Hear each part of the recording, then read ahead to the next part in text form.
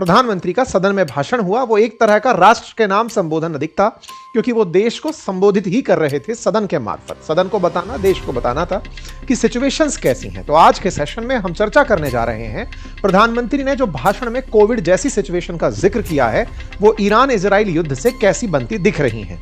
इस युद्ध के कारण दुनिया में जो कठिन हालात बने हैं, उनका प्रभाव लंबे समय तक बने रहने की आशंका है।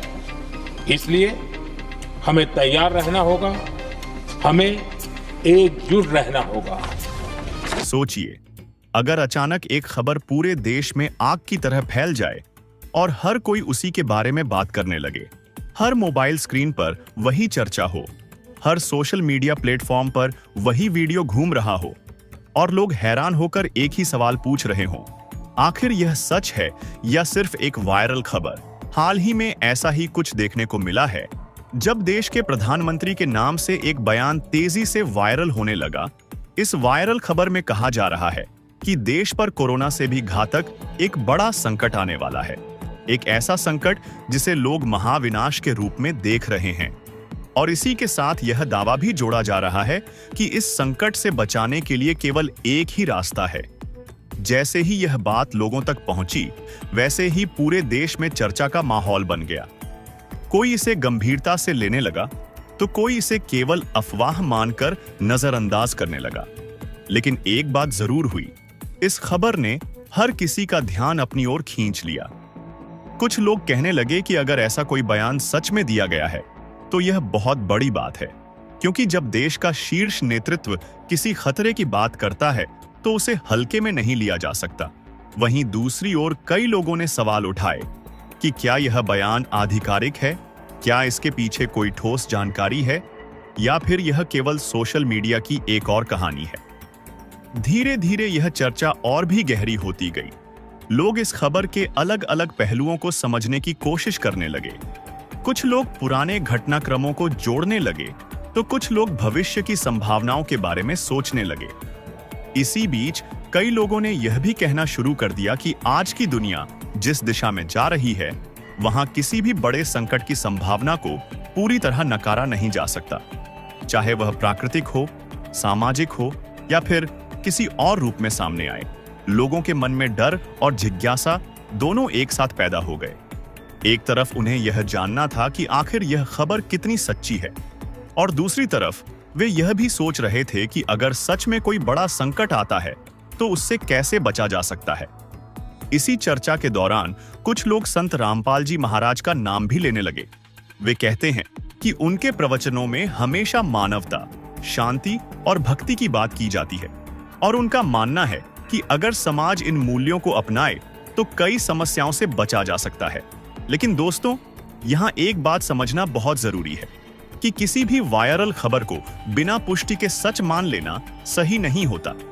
आज के डिजिटल युग में कई बार अधूरी या गलत जानकारी भी तेजी से फैल जाती है और लोग उसे सच मान लेते हैं। इसलिए जरूरी है कि हम हर जानकारी को समझदारी से देखें, उसके स्रोत को जांचें और तभी किसी निष्कर्ष पर पहुंचें। इस पूरे घटनाक्रम ने एक बार फिर यह दिखा दिया है कि सोशल मीडिया की ताकत कितनी बड़ी है। एक छोटी सी खबर भी कुछ ही समय में लाखों लोगों तक पहुंच सकती है और लोगों की सोच को प्रभावित कर सकती है। इसी के साथ यह भी जरूरी है कि हम अपनी सोच को संतुलित रखें, डर के बजाय समझदारी से काम लें और हर स्थिति का सामना धैर्य के साथ करें, क्योंकि इतिहास गवाह है कि हर कठिन समय के बाद एक नया और बेहतर समय जरूर आता है, और इंसान ने हमेशा चुनौतियों का सामना करके ही आगे बढ़ना सीखा है। अगर समाज में एकता हो, अगर लोग एक दूसरे का साथ दें और अगर हम सही दिशा में सोचें, तो किसी भी संकट का सामना किया जा सकता है। इसलिए दोस्तों, घबराने की जरूरत नहीं है, बल्कि जागरूक रहने की जरूरत है, सही जानकारी लेने की जरूरत है और अपने जीवन में सकारात्मकता बनाए रखने की जरूरत है। लेकिन दोस्तों, जैसे जैसे यह खबर और फैलती जा रही है, वैसे वैसे लोगों के मन में कई तरह के सवाल भी उठने लगे हैं। कोई डर के कारण इस विषय को गंभीरता से ले रहा है, तो कोई इसे समझने की कोशिश कर रहा है, और यही वजह है कि यह चर्चा रुकने का नाम नहीं ले रही है। कई लोग अब यह जानना चाहते हैं कि आखिर ऐसे बड़े संकट की बातें क्यों सामने आ रही हैं? क्या सच में दुनिया किसी बड़े बदलाव के दौर से गुजर रही है, या फिर यह केवल अफवाहों और गलत जानकारी का असर है? और इन्हीं सवालों के बीच लोग अलग अलग स्रोतों से जानकारी इकट्ठा करने की कोशिश कर रहे हैं। कुछ लोग यह भी कहते हैं कि जब जब दुनिया में बड़े बदलाव आते हैं, उससे पहले कई तरह के संकेत देखने को मिलते हैं। और इतिहास में भी कई बार ऐसा हुआ है कि समाज ने कठिन परिस्थितियों का सामना किया है, लेकिन हर बार इंसान ने धैर्य और समझदारी से उन हालातों को पार किया है। इसी बीच कई लोग आध्यात्मिकता की ओर भी ध्यान देने लगे हैं। वे कहते हैं कि अगर मनुष्य अपने अंदर की शांति को पाले तो वह किसी भी परिस्थिति में मजबूत रह सकता है। और यही सोच धीरे धीरे लोगों के बीच फैलती जा रही है। कुछ लोग यह मानते हैं कि आज की सबसे बड़ी जरूरत है जागरूकता, क्योंकि अगर इंसान जागरूक रहेगा तो वह किसी भी गलत जानकारी का शिकार नहीं बनेगा और सही फैसले ले पाएगा। इसलिए जरूरी है कि हम हर खबर को ध्यान से समझें और बिना सोचे समझे किसी निष्कर्ष पर न पहुंचे। सोशल मीडिया पर अब इस विषय को लेकर कई तरह के वीडियो और पोस्ट सामने आ रहे हैं। कोई इसे सच बताने की कोशिश कर रहा है तो कोई इसे पूरी तरह गलत साबित करने में लगा है, और इसी वजह से आम लोगों के लिए सही और गलत में फर्क करना थोड़ा मुश्किल हो गया है। लेकिन दोस्तों, ऐसे समय में सबसे जरूरी है धैर्य, क्योंकि जल्दबाजी में लिया गया फैसला अक्सर गलत साबित हो सकता है। और अगर हम शांत दिमाग से सोचेंगे तो हम सही दिशा में आगे बढ़ पाएंगे। इस पूरे घटनाक्रम ने एक बात जरूर साफ कर दी है कि आज के समय में जानकारी जितनी तेजी से फैलती है, उतनी ही तेजी से भ्रम भी फैल सकता है। और यही कारण है कि हमें हर जानकारी को परखने की आदत डालनी चाहिए। कुछ लोग यह भी कहते हैं कि चाहे कोई भी परिस्थिति हो, इंसान को अपने अंदर की अच्छाई को बनाए रखना चाहिए, क्योंकि वही उसे हर कठिन समय में संभालती है और वही उसे सही रास्ते पर बनाए रखती है।